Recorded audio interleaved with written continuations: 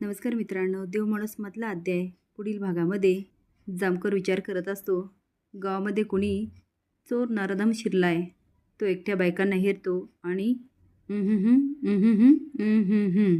आणि हे शोधून काढावंच लागणार. ती कपड्यावाली माधुरी गायब आहे. तिच्या लग्नासाठी 20 लाख रुपये आणले होते, तेही गायब आहे. त्यामध्ये 2 बायकांच्या देशमुखांनी कर्ज काढले. कदाचित माझ्या हप्त्यासाठी काढलं असणार, पण हप्ता तर आलाच नाही. मग पैसे गेले कुठे?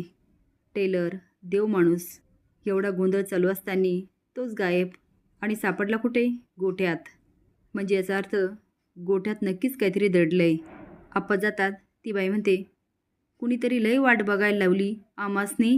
मी काय म्हणते, काम झालंय का? आप्पा म्हणतात, काल रातच्यालाच केलंय, पण कुणालाही कळता कामा नाही. हे चोरून गोपाळ बघत असतो आणि त्याला आठवते आप्पा रात्री सुरा पोचत होते.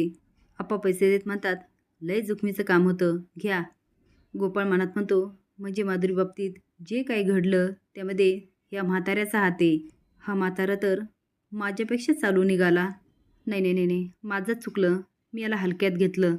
पण ही बाई कोण आहे आणि आप्पा हिला का पैसे देत आहेत? दिसण्यावरून तर कुणीतरी तमासगीर वाटते. म्हणजे या म्हाताऱ्याचं नक्कीच काहीतरी लफडा असणार आणि ती बाई याला ब्लॅकमेल करत असणार, म्हणून हा पैसे देतोय. जे पैसे फक्त माझे आहेत. मेहनत मी केलं आणि मेवा हा म्हातारा खातोय. आता आप्पा बोलतात आणि निघून जातात. पण गोपाळचा त्या बाईच्या पैशावर डोळा असतो. इकडे लाली म्हणते, हे सारखे सारखे गाईच्या गोठ्यात का जात आहेत? यांचं नक्की काय चाललं? आणि आजी म्हणत होती ते खरं असणार का? नाही नाही नाही नाही, हे असं नाही करणार. आता लाली खूप विचार करते.